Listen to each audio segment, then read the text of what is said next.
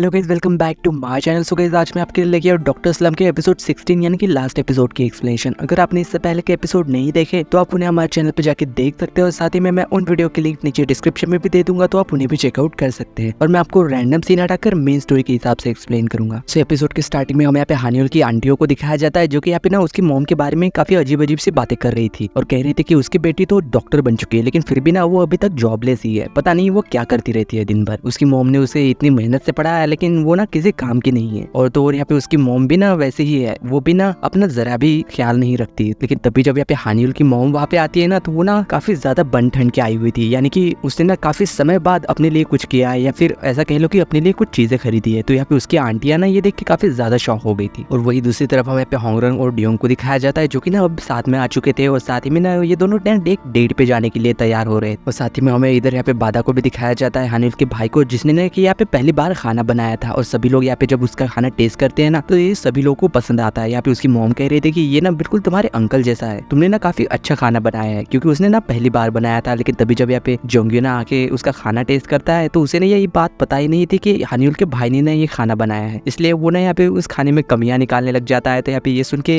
हानियोल की मॉम तो गुस्सा हो गई थी और ये सभी लोग। तो यहाँ पे हानियोल ना असल में उसे लेके वहां से बाहर चली गई थी और फिर ना उसे बता देती है कि ये खाना ना असल में बादा ने बनाया था और उसने ना ये पहली बार बनाया है। तो ये सुन के ना असल में जोंग्यो शॉक हो गया था और कह रहा था कि क्या सच में ये उसने बनाया है? ये बात तो मुझे पता ही नहीं थी और मैंने ना उसके खाने की काफी ज्यादा कमियां निकाल दी। मुझे ना काफी बुरा लग रहा है अब, लेकिन वो खाना ना सच में काफी ज्यादा अच्छा था। यहाँ पे हानियोल उससे कह रहे थे कि बादा ना अब काफी ज्यादा चेंज हो गया है, वो ना अब काफी ज्यादा जिम्मेदार बन गया है और काम भी करने लगा है। और मैं उम्मीद करती हूँ कि वो ना अच्छे से काम करते हुए ना अपनी जिंदगी में आगे बढ़े। लेकिन तभी यहाँ पे ना जोंग्यो फिर उससे कहने लग जाता है कि मैंने तुम्हें कल रात प्रपोज किया था, लेकिन तुमने मुझे रिप्लाई नहीं दिया। तो हानियोल कह रही थी कि मैं बताने ही वाली थी, लेकिन कल रात जो कुछ हमारे बीच में हुआ ना, इस वजह से मैं बता ही नहीं पाई। लेकिन साथ ही में ना ये सारी चीजें याद करते हुए ना वो काफी ज्यादा शर्मा भी रहे थे। और वही इधर यहाँ पे रेस्टोरेंट में ना उसी के भाई को दिखाया जाता है, जहाँ की उसके अंकल ना असल में उसकी पहली पेमेंट उसे देते हैं, यानी कि पैसे। ये देख के ना असल में वो तो काफी ज्यादा खुश हो गया था और वो जैसे ही यहाँ पे बाहर आके ना उन पैसों को देख रहा था, तभी यहाँ पे हानियोल ना उसके पास आ गई थी और उससे पूछ रही थी कि इस लिफाफे के अंदर क्या है, क्या किसी लड़की ने तुम्हें लव लेटर दिया है? लेकिन वो तो बता रहा था कि नहीं, आज ना मुझे मेरी पहली पेमेंट मिली है, चलो मैं तुम्हें ना एक ट्रीट पे लेके चलता हूँ। तो ये सुन के ना हानियोल भी शॉक हो गई थी कि क्या सच में तुम मुझे ट्रीट दोगे? जो कि मुझसे ना पैसे मांगते रहते हैं, वो आज मुझे ट्रीट देगा। लेकिन वो साथ ही में ना खुश भी थी कि उसका भाई उसे आज ट्रीट देने वाला है। तो फिर बाद में ना यहाँ पे उसका भाई उसे यहाँ पे खाने पे लेके आया था और साथ ही में ना वो यहाँ से ना कह रहा था कि जब मैं पे करूंगा ना, तो मेरे साथ ही में तुम फोटो भी निकालना। तो यहाँ पे हानियोल ना फिर वैसा ही करती है, उसकी ना पेमेंट करते हुए फोटो भी निकालती है। तो वही जब हमें यहाँ पे नेक्स्ट डे दिखाया जाता है, यहाँ पे जोंग्यो ना असल में उसके दोस्त को कल रात की सारी बात बता देता है कि मैंने उसे प्रपोज किया था, लेकिन उसने ना मेरी बात का कोई जवाब ही नहीं दिया। यार जोंग्यो उसे बता रहा था कि तुम ना डेट करने के लिए अच्छे हो, लेकिन हस्बैंड बनने के लिए तुम बिल्कुल भी अच्छे नहीं हो। तो वो भी कह रहा था कि क्यों मैं हस्बैंड बनने के लिए क्यों अच्छा नहीं हूँ। ये दोनों इस बारे में बात ही कर रहे थे कि तभी यहाँ पे एक नर्स आके ना डेंगू से कहती है कि आपको ना सर्जरी के लिए देर हो रही है, इसलिए जल्दी चलो। फिर यहाँ पे वो भी सर्जरी के लिए चला गया था और जोंग्यो भी। लेकिन सर्जरी खत्म होने के बाद जब यहाँ पे जोंग्यो ना हानियोल को मैसेज करके कह रहा था कि अपना खाना मत छोड़ना, याद से खाना खाने लेना। तो यहाँ पे हानियोल ना फिर उसे कॉल करके कहती है कि क्या तुम मेरे साथ आज लंच करोगे? तो यहाँ पे जोंग्यो भी खुश हो गया था और वो ना उसे हाँ कर देता है। लेकिन वही इधर यहाँ पे फिर हानियोल के पास ना असल में उसके प्रोफेसर आ गए थे और शायद ना वो यहाँ पे उसे कुछ बताने वाले थे। तो फिर सीन शिफ्ट होकर जब हमें सीधे शाम को दिखाया जाता है, यहाँ पे जोंग्यो ना हानियोल का इंतजार कर रहा था। जब यहाँ पे हानियोल ना आ गई थी, तो यहाँ जोंग्यो फिर उससे पूछ रहा था कि तुमने मुझे अचानक से ऐसे क्यों बुला लिया, क्या बात है? लेकिन यहाँ पे हानियोल उससे कह रहे थे कि पहले खाना खा लो, फिर बाद में बताऊंगी। लेकिन यहाँ पे जोंग्यो फिर भी कह रहा था कि नहीं, तुम मुझे पहले बताओ, वरना मुझसे ना खाना खाया ही नहीं जाएगा। क्योंकि उसे तो लग रहा था कि शायद ना हानियोल उसके प्रपोजल का उसे जवाब देने वाली थी। तो फिर यहाँ पे हानियोल उसे बताने लग जाती है कि जब मैंने तुम्हारे पास कॉल किया था ना, उसके कुछ ही देर बाद ना प्रोफेसर मेरे पास आ गए थे और उन्होंने मुझे बताया कि वो ना मुझे कुछ समय के लिए अमेरिका भेजना चाहते हैं किसी काम की वजह से, ताकि मैं ना वहाँ रह के 6 महीनों के लिए और भी कुछ सीख सकूं। क्योंकि हमारा हॉस्पिटल अगले साल बच्चों के लिए एक नया हॉस्पिटल खोलने वाले हैं। यहाँ पे फिर ये बातें सुन के ना जोंग्यो भी उससे कह ही देता है कि कोई बात नहीं, तुम जा चुकी हो, तुम्हें ना अपने दिल की सुननी चाहिए, ये तुम्हारे पास एक अच्छा मौका है, तुम्हें ना ये गवाना नहीं चाहिए थे। लेकिन यहाँ पे मन ही मन में ना वो उस बात से ना काफी ज्यादा अपसेट लग रहा था और ये बात ना असल में हानियोल भी नोटिस कर लेती है और उसे भी ना फिर इस बात का बुरा लग रहा था। तो वही जब यहाँ पे वो ना घर पे आ जाता है, तो वो ना काफी ज्यादा अजीब बिहेव कर रहा था, कह रहा था कि वो मुझे ऐसे छोड़ के कैसे जा सकती है, जबकि मैंने उसे अभी अभी प्रपोज किया है। और इस बात को लेकर ना वो काफी ज्यादा गुस्सा भी हो रहा था, कह रहा था कि मैं तो उसे एक दिन भी देखे बिना नहीं रह सकता। ऐसा लग रहा था कि सब कुछ ठीक हो गया है, नहीं है। तो फिर वही जब हमें पे नेक्स्ट डे दिखाया जाता है, यहाँ पे जोंग्यो ना जब हॉस्पिटल जाता है, तो वो काफी ज्यादा उदास लग रहा था। यहाँ पे तभी ना डेंगू आके उसे देख लेता है और उससे पूछने की कोशिश भी कर रहा था कि क्या हुआ, लेकिन वो तो उसे नहीं बताता। लेकिन जब कुछ देर बाद ना असल में यहाँ पे डेंगू की एक पेशेंट आके ना उससे झगड़ा करने लग जाती है, कह रही थी कि मुझे ना मेरे पैसे रिफंड चाहिए, क्योंकि तुमने ना ऑपरेशन मेरे ठीक से नहीं किया, मेरी एक आंख ना कुछ ज्यादा बड़ी है और एक एक आंख ना छोटी है, लेकिन यहाँ पे ड्योंगी ना ऐसा करने से मना कर देता है, कह रहा था कि हम ऐसा नहीं कर सकते। इस बात को लेकर ना वो यहाँ पे औरत तो उससे लड़ाई करने लग गई थी, लेकिन तभी ना यहाँ पे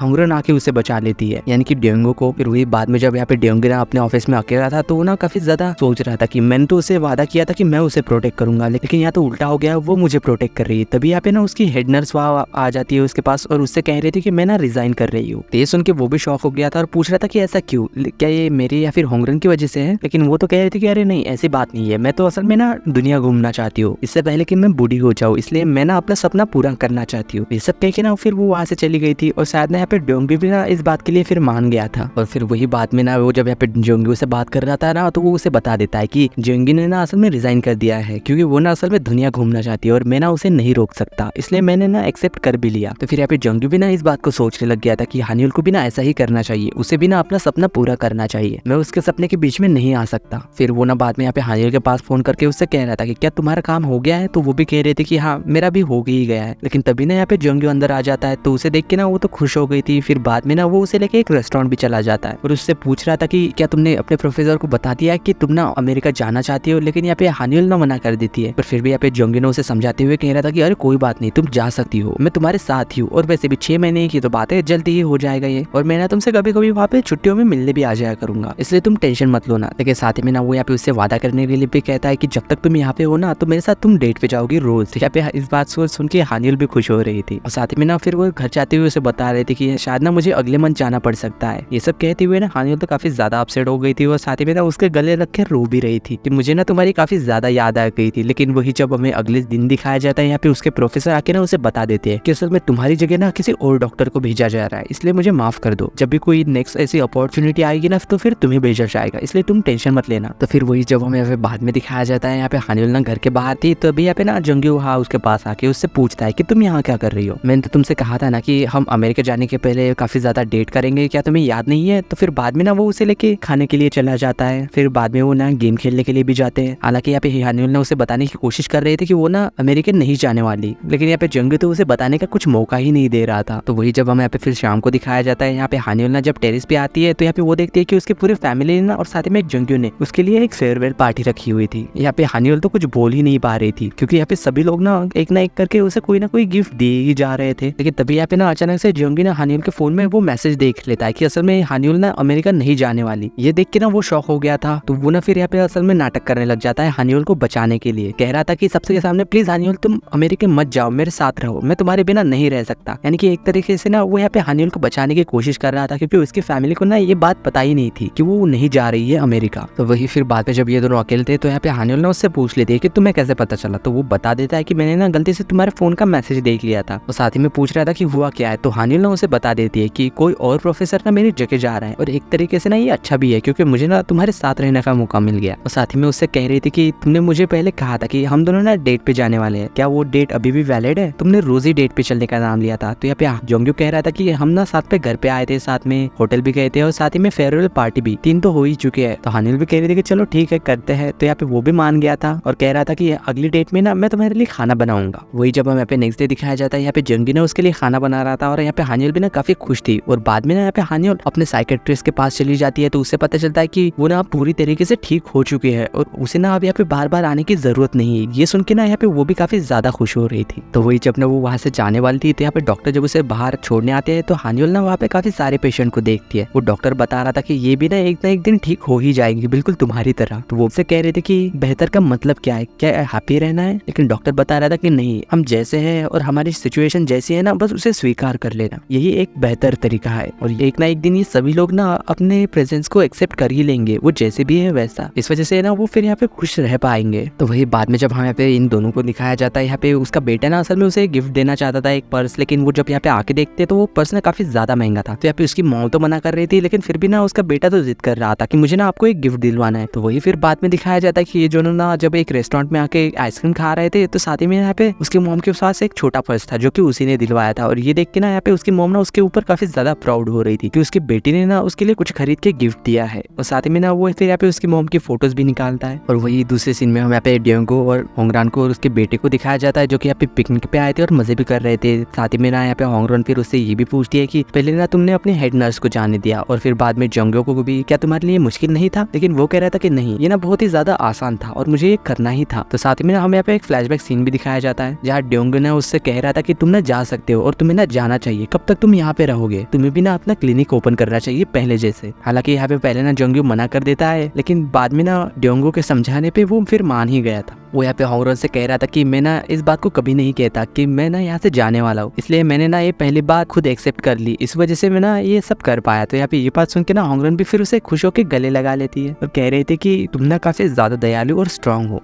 और बस ऐसे ही रहना। तो वही जब हम यहाँ पे नेक्स्ट डे दिखाया जाता है, यहाँ पे जोंग्यू ना अपने नए हॉस्पिटल आया था जो कि उसका अपना था। फिर यहाँ पे हनियो लाके ना उसे कॉन्ग्रेचुलेशन भी कहती है और पूछ रही थी तुम्हारे पास अभी ज्यादा डॉक्टर नहीं है, क्या तुम इसे हैंडल कर पाओगे। तो यहाँ पे जोंग्यू भी बता रहा था कि हाँ, क्योंकि मैं अब फिलहाल ना ज्यादा पेशेंट नहीं एक्सेप्ट करूंगा, सिर्फ कुछ ही, और उन्हें अच्छे से ट्रीट भी करूंगा, इसलिए तुम टेंशन मत लो, मैं ना संभाल लूंगा और ये सब ना हम अच्छे से कर लेंगे। और वही दूसरे सीन में हम यहाँ पे उसके भाई को दिखाया जाता है जो कि अपने रेस्टोरेंट में था। तभी यहाँ पे उसके पास ना एक लड़की वहाँ आ जाती है जो कि असल में यहाँ पे उसके अंकल की ना दोस्त थी बचपन की। तो ये दोनों ना एक दूसरे को देख के शॉक हो गए थे क्योंकि ये लड़की ना उसके अंकल का पहला प्यार भी थी। पहले तो यहाँ पे वो दोनों ना अपने बचपन की बातें करने लग जाते हैं और साथ ही में ना फिर एक दूसरे से पूछ भी रहे थे कि क्या तुमने शादी कर ली, क्या तुम सिंगल हो। और ये दोनों ही ना एक दूसरे से मिलकर ना काफी ज्यादा खुश लग रहे थे और ऐसा लग रहा था कि इन दोनों की भी लव स्टोरी स्टार्ट होने ही वाली है। और वही अगले सीन में हमें पे ड्योंग को दिखाया जाता है जो कि ना ऑनलाइन स्ट्रीमिंग कर रहा था और साथ ही में ना उसके बाजू में उसकी बेटी भी थी जो कि उससे पूछ रही थी कि क्या होंगरॉन जानती है कि तुम ये सारी चीजें करते हो। ड्योंग कह रहा था कि इससे कोई फर्क नहीं पड़ता, मैं चाहे जो भी करूँ, उसे ना मेरी हर चीज पसंद है। और साथ ही में हमें पे होंगरॉन को भी दिखाया जाता है जो कि ना उसी की लाइव स्ट्रीम देख के ना काफी ज्यादा खुश हो रही थी। और साथ ही में ना हम यहाँ पे उसके पास फोटोग्राफ को जिसके अंदर की यहाँ पे ड्योंग की बेटी और साथ ही में ना होंगरॉन और उसका बेटा भी था। और फिर हम यहाँ पे रात को उनके टीचर को दिखाया जाता है जो कि ना यहाँ पे उनके दो स्टूडेंट के पास आए हुए था। ये दोनों तो उसे देख के शॉक हो गए थे और पूछ रहे थे कि आप यहाँ पे क्या कर रहे हैं। तो यहाँ उसके टीचर बता रहे थे कि जोंगी ने ना मुझे तुम्हारे बारे में बताया, तुम लोग यहाँ पे काम करते हो। तो यहाँ पे फिर वो दोनों ना यहाँ पे उसके टीचर को ना अपनी तरफ से ट्रीट देते हैं और साथ ही में काफी ज्यादा एंजॉय भी करते हैं। और वही दूसरे सीन में हम यहाँ पे जिनसुक को दिखाया जाता है जिसके पास की जोंगू का मैसेज आ गया था। वो ना यहाँ पे उसे अपने साथ काम करने के लिए पूछ रहा था। और फिर वही बाद में हम यहाँ पे इन दोनों को भी दिखाया जाता है जो कि साथ में थे और साथ ही में ना याद कर रहे थे कि जब ना मुझे चोट लगी थी और तुम मुझे अपने क्लिनिक में लेके आए थे, तब ना मुझे ये खाली क्लिनिक और बंद देख के ना काफी ज्यादा बुरा लग रहा था, लेकिन अब सब कुछ ना ठीक हो चुका है और मैं ना तुम्हारे लिए काफी ज्यादा खुश हूँ। जोंगू भी कह रहा था कि हाँ ऐसा ही है, लेकिन मैं ना ये सब तुम्हारे बिना कभी कर ही नहीं पाता। तो यहाँ पे हानिल भी कह रहे थे कि उस दिन ना हम सनराइज देखने के लिए भी गए थे लेकिन हम देख ही नहीं पाए। तो यहाँ पे जोंगू कह रहा था कि क्या तुम अभी चलना चाहोगी। तो फिर वही बात में ना हमें यहाँ पे इन दोनों को बीच पे दिखाया जाता है जो कि सनराइज देख रहे थे और साथ में ना यहाँ पे जोंगू उससे पूछ भी रहा था तुमने तो मेरी बात का रिप्लाई ही नहीं दिया। तो यहाँ पे हानिल उससे कह रहे थे कि हमारी शादी का फोटोशूट ना जल्दी ही होने वाला है, क्या तुम्हें अभी भी समझ नहीं आया। लेकिन फिर भी जोंगू तो कह रहा था कि फिर भी तुमने ना मेरी बात का जवाब नहीं दिया ठीक से। तो यहाँ पे हानिल ना कहती है कि ठीक है चलो हम शादी कर लेते हैं, लेकिन यहाँ पे जोंगू कह रहा था कि नहीं मुझे और रिप्लाई चाहिए। लेकिन फिर भी यहाँ पे हानिल ना असल में उसे मना करके वहां से भागने लग जाती है क्योंकि कह रहे थे कि मुझे ना बहुत ज्यादा शर्म आ रही है। और यहाँ पे जोंगू ना उसे पकड़ने की कोशिश कर रहा था। और फिर वही हमें यहाँ पे एपिसोड के लास्ट में दिखाया जाता है कि ना असल में इनकी शादी हो चुकी थी और शादी का फोटोशूट भी चल रहा था। और इसी सीन के साथ डॉक्टर स्लम के सीजन 1 के लास्ट एपिसोड की हैप्पी एंडिंग होती है।